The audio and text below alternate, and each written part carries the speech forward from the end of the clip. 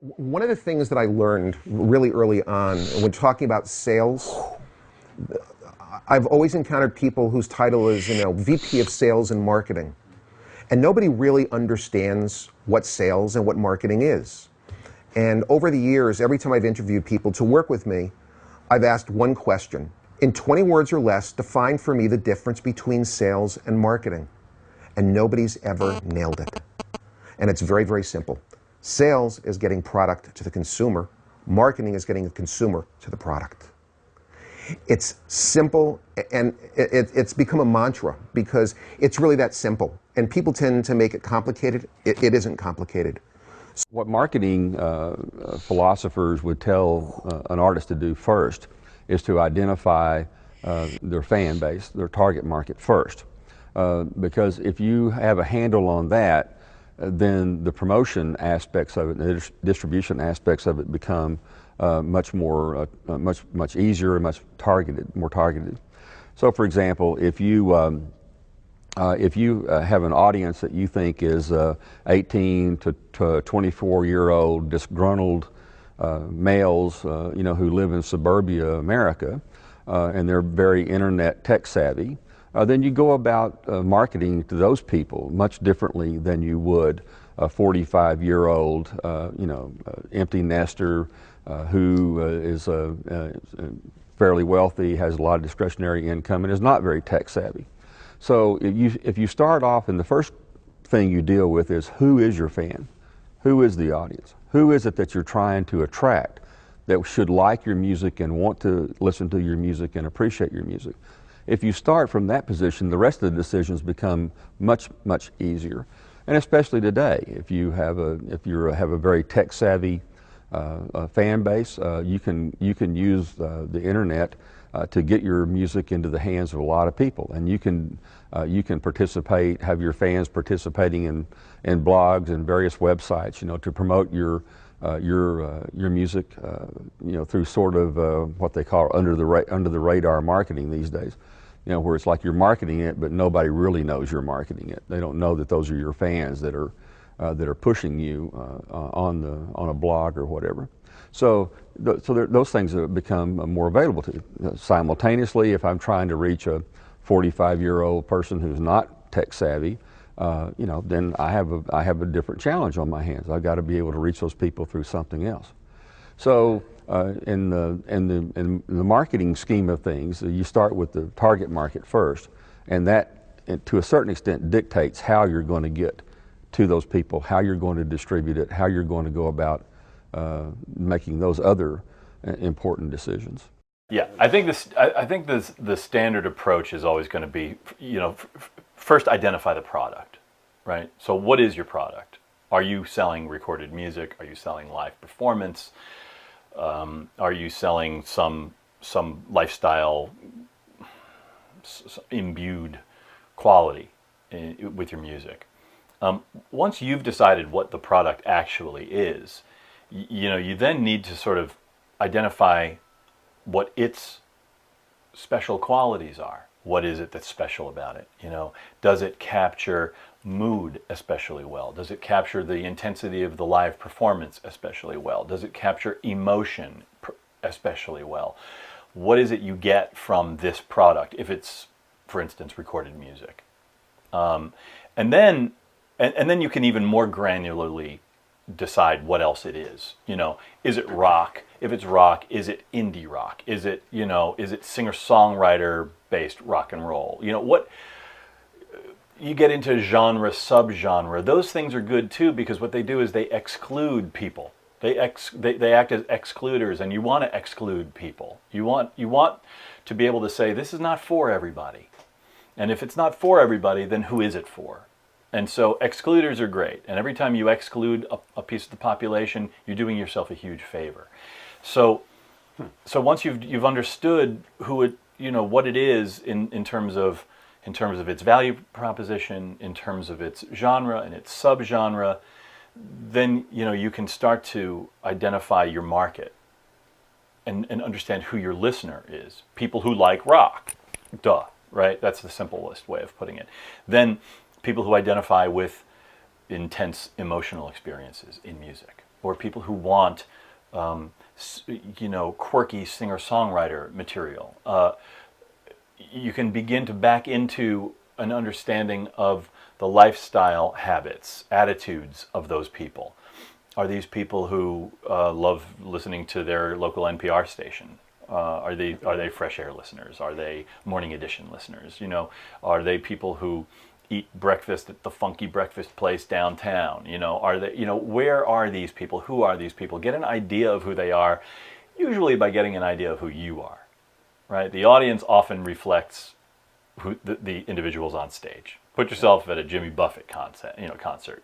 Right? You're at a Jimmy Buffett show. You look out at the audience, and you're basically seeing the same dudes on stage in the audience. Go to a Nine Inch Nails gig. Yeah. People on stage look an awful lot like people in the audience, right? So, so you've done this thing where you've understood the product and you've understood the audience, or the consumer, your customer. If you don't see meaning in your music, if there isn't substance, then we don't need it. If it's just style, I suppose there's some value in it for somebody, but it's going to have a hard time cutting through the noise, and right now there's just an awful lot of noise. I think it's important that you also keep in mind that your competition isn't other music, and your competition isn't other media, and your competition isn't people's work. Your competition is free time, people's ability to do anything else with their free time. If someone's giving you their attention, they're not doing their laundry, they're not catching up on their email, they're not vacuuming, they're not doing something else they need to do.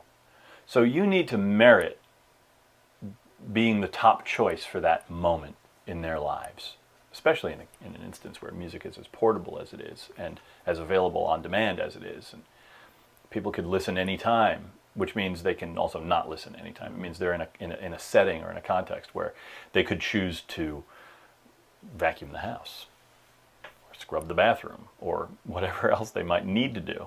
That's a tall order. It can be a tall order, and yet if what you offer is meaning, and what you bring is some resonance that offers healing, or companionship, or good times, or some sympathetic response. People listen to sad music when they're sad. Why? Because it makes them feel better. Well, why does listening to sad music when you're sad make you feel better? It doesn't make any sense. Why isn't that just piling on? Well, it's because there's a sympathetic resonance. We need to feel something that can make us feel not alone. And that kind of meaning, that kind of human connection that comes from creating meaning, is what you need to find in your music in order to bring about a compelling offering, something that's worth paying attention to. Because people don't only pay with money, they pay attention, right? We talk a lot about the fact that just listening is a form of payment. Well, you've got that first circle, that circle of friends and family, the people who know about you firsthand. They didn't learn about you through discovery, through independent discovery, or because one of your fans turned them on to you. You've got that first circle, and that's the one that you can get a lot of information out of that circle. You can determine who your fans really are, but not quite as well as you can when you score that second circle. When you start to move into that second circle of people, the circle that were turned onto your music by other fans, and who connected and brought something of themselves to it. I mean, keep in mind that there's so much the listener brings to the music. The listener has to do their part. Music requires so much work on the part of the listener. They need to bring themselves to the party. They need to bring themselves to the experience, or it's not done. The music's not done. And when that second circle of people starts to find their way to the music, you're then at a point where you're really learning something about the kind of people who gain something from your music, who gain some kind of satisfaction or some measure of comfort or something from their experience of listening to your music. And you can observe that cohort of people and get some pretty darn good information about your natural customers. I think it's very important to give your first circle a way of sharing your music with the second circle, a second circle. So what do we do today? Well, we have the Bandcamp page or the Facebook music page or Reverb Nation or whatever, something that allows people to share your music with one another, without physically emailing themselves, emailing each other MP3s or something, right? Send links to one another, embed players. You upload stuff to YouTube, and people share your links with each other on YouTube. They tweet a link, or you begin to sort of leak out into a world of people who aren't your people. The only thing that you really want to remember when it comes to the money you spend on marketing is that you want to have a reasonable expectation that you're going to get back more than you spent. So at that point it comes down to measurement and projection. You want to do real pragmatic, hopefully realistic case projections of what you're going to sell no matter what you'll sell with some decent marketing results, and what you'll sell with ideal, marketing efforts, or ideal marketing success, let's say. And if you can come up with that sort of realistic projection, then you can understand what you have to spend. A lot of artists find it difficult to involve their fans in their marketing because they feel like it's on them to be cool. But there are plenty of ways of involving your fans in your marketing that are genuine, authentic, low pressure, especially in the age of social media. So when you have an intimate interaction or a valuable interaction with a fan, an audience member, let's say, a customer, you have the great ability to amplify that interaction. That very intimate interaction can be amplified through the simple action of a retweet or by having the exchange in public. So much so much information is gained about your values when people see you interacting with a fan, see you interacting with a customer, and understand more about how you really deal with people. That they begin to sort of feel like a stakeholder in your art and in your enterprise. They start to build identification and bond with you. So much of this is like romance. You don't have permission to walk into a bar and walk up to somebody and say, "Will you marry me?" You don't have anywhere near that kind of permission. You have nowhere near the kind of permission that it takes to say, "Buy my new record. I have a new record." You don't have that permission. It takes a long time to get enough implied or explicit permission to speak to someone, to hold their hand, to maybe hope for a peck on the cheek. You don't just get that.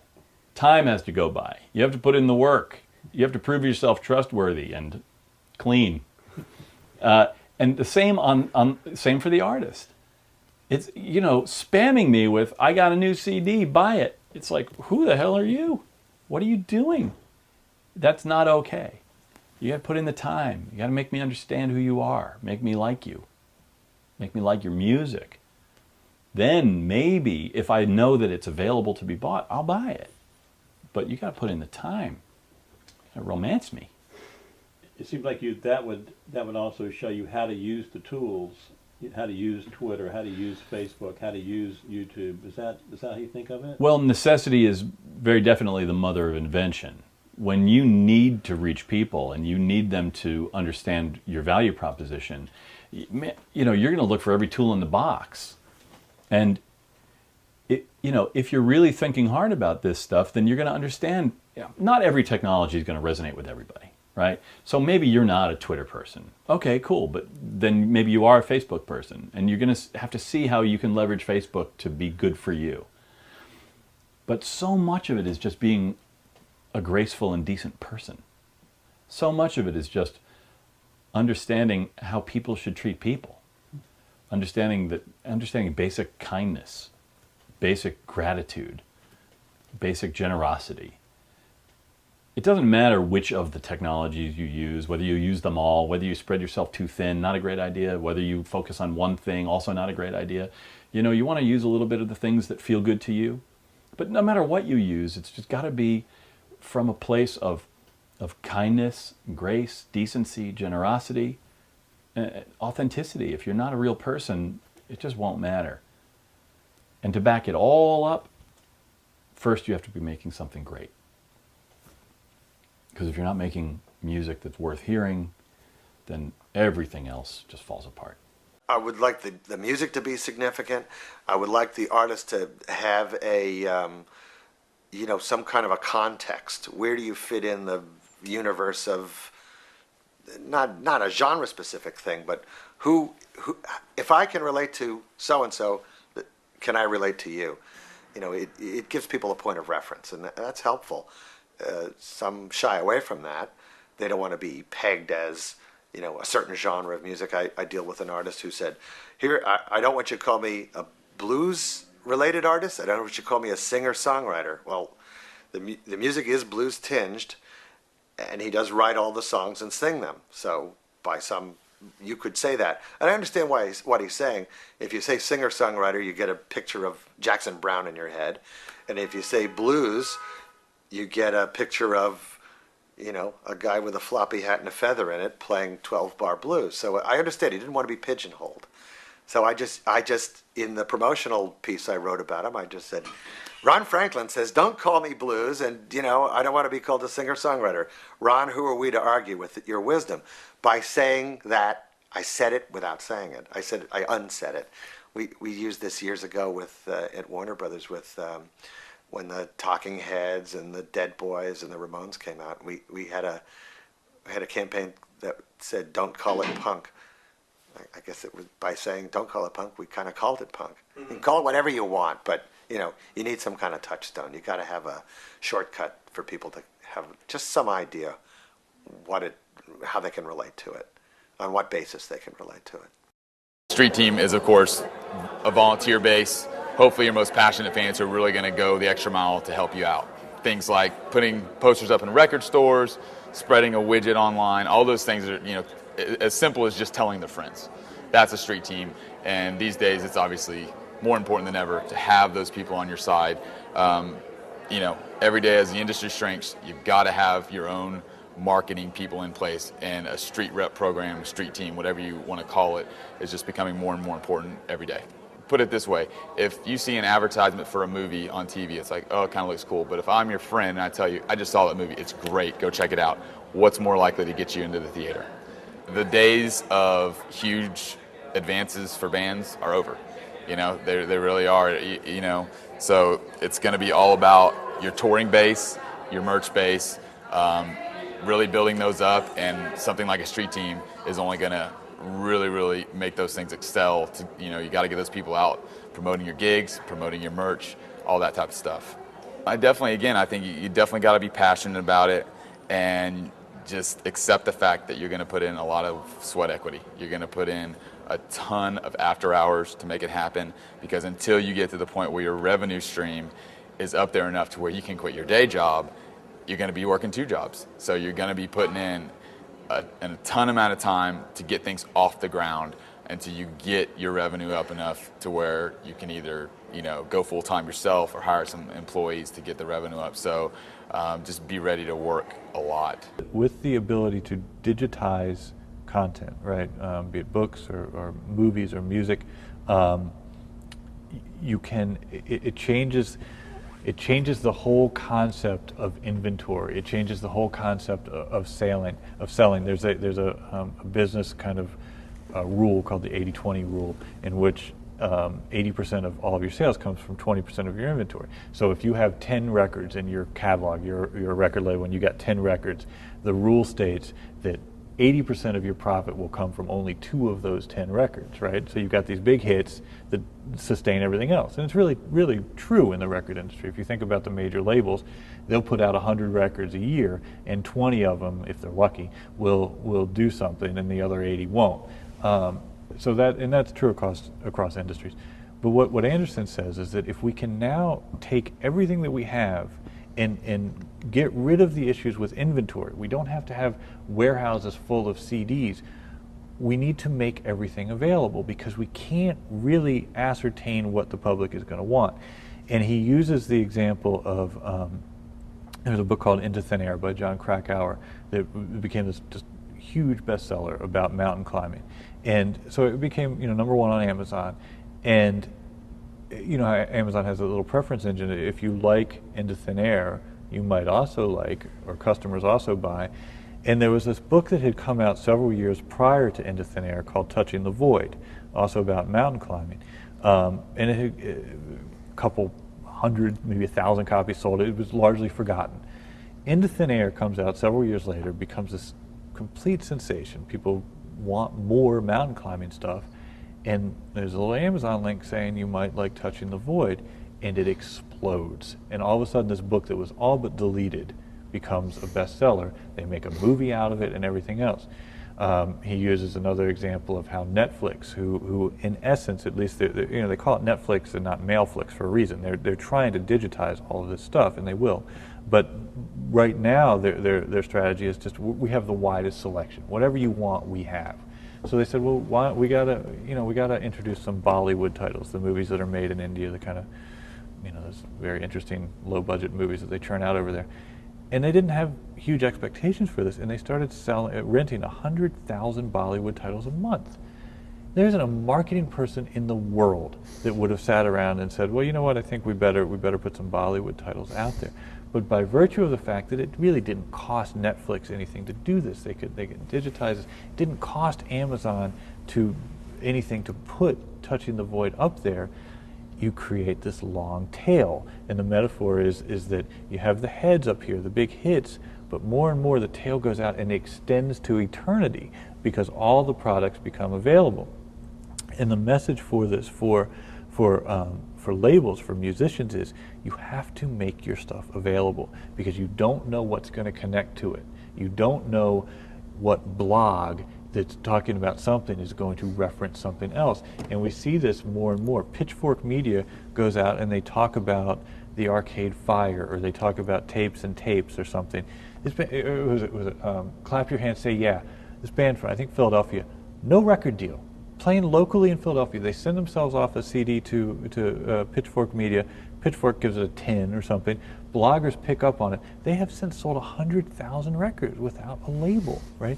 This is the idea of the long tail, in the sense that we live in this time in which the information can be connected so quickly. Somebody blogs about something, it gets picked up, and it rises up. So it's imperative that you make your music available. And this, for artists, for musicians, you need to be thinking about not just the records that you craft and you go into studio to do, but what about those live shows? Are you recording your live shows? What about podcasts? What about your guitar player's solo project? All of these things, when you can digitize them and then therefore reduce the carrying cost, you don't have inventory, make them available. You don't know what's gonna poke up.